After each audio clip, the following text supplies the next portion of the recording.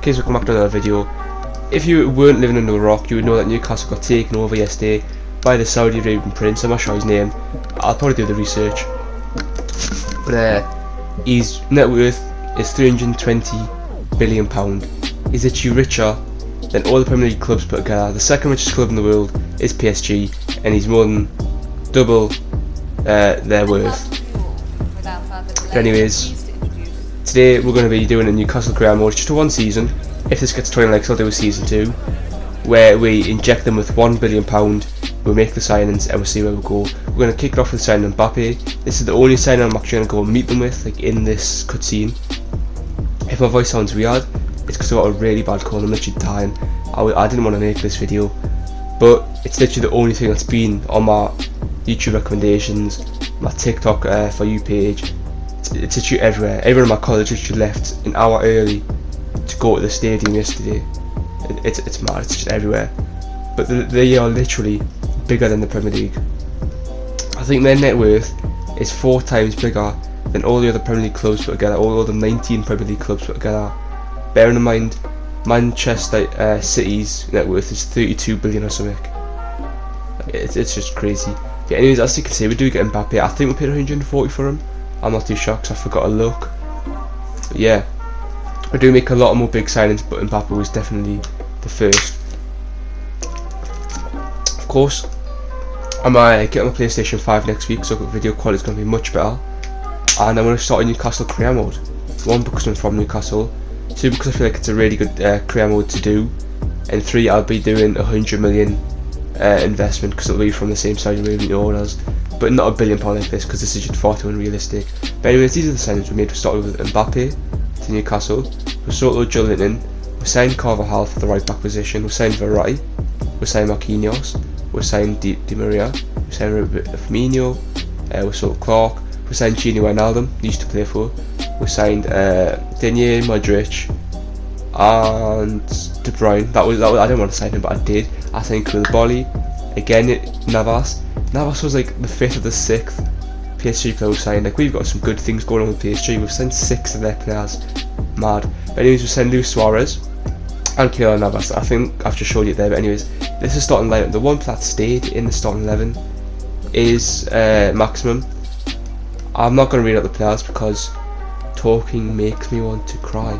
I've got a blocked nose. I've got a cough. I just want to sleep. But anyways, this team looks pretty sick. I think we'll come in the Premier League with it. Maybe even more. I think we could actually win the UCL. I did actually go put it in the UCL just to give her a chance, because we only did one season, just to give her a chance to forward getting it. I signed it for the bench, and I kept most of the reserves as well, so we do have a lot of depth. Anyways, I'll see you next season. Okay, so we're back. And just looking at this alone, we've already won the Premier League. Madness. 88 points. We are 16 points clear of second place Manchester United. Let's go look who got relegated. In the relegation zone is Crystal Palace, Watford, Norwich. Again, not too surprising. Maybe Crystal Palace is the only surprising one out of them, with Watford and Norwich coming up the season, so I'm not surprised to see them go down. Let's go check some other competitions like Emirates. Yeah, Emirates FA Cup. We didn't win them. We didn't make it the semis. We lost to Leicester in the round of 6, 2-1. Leicester must have been a good team if we lost to them. Again, we didn't even win the Carabao Cup. Didn't even make the semis. Oh, we didn't make the semis. We lost to Man City in the semi-finals. Now what about the Champions League? We didn't make the finals. Didn't make the semi-finals. Didn't make the quarter-finals. We lost in the round of 16 to Bayern. Bayern's reign over English clubs continues. And I think we're going to look at the team now. Are we? So we've got 20 million. We could have signed another backup player, to be fair. Oh, don't look at the youth. To be fair, I think we should have went with a bit of youth players, because the new owner really wants to focus on youth, which I don't blame him, because with financial fair play, it's not like you can go spend 200 billion on one season, but you can invest a lot in the youth. Anyways, starting team looks pretty sexy. If this gets 20 likes, I'll do a part 2 like I said. I'll also, in the Newcastle career, will be talking about my opinions on it, on how I think they're going to rise to success, how they're going to rise to glory, how I think if they deserve it or not, and why they actually went with Newcastle. Why would they buy Newcastle or other clubs? They've literally got enough to buy Barcelona, Real Madrid. If they wanted fans, they could have went for them. If they wanted glory, they could have went for one of them. If they wanted a smaller club which was cheap, that they could bring to glory, there's Brentford. They're in a better location. They're in London. They've got a decent set of fans. They've already got a better youth scouting system, and they're not going to have to invest hundreds of millions into the stadium like they will with Newcastle, because they don't even own the land around Newcastle anymore. Like Ashley sold it. I'm not sure why, but he did. But anyways, to sign Newcastle, actually I think they initially went for Man United, but Man United the Glazers asked for £4 billion, and they bought Newcastle for 300. It's literally, Newcastle United cost 3 Jack Grealishes. Now I could read through all these stats. If I was doing this overlay talk, not only does my voice hurt, not only do I feel like I'm dying, not only do I sound like I'm dying, but I'm also on a really tiny screen and I can't see the stats. I do know that Mbappe had a really bad season. Mbappe got 16 Premier League goals. Kevin De Bruyne, a midfielder, got more goals than Kylian Mbappe. That is just a madness. I'm gonna be right back trying to blow my nose and stuff. Okay, I'm back after like a 20-minute break.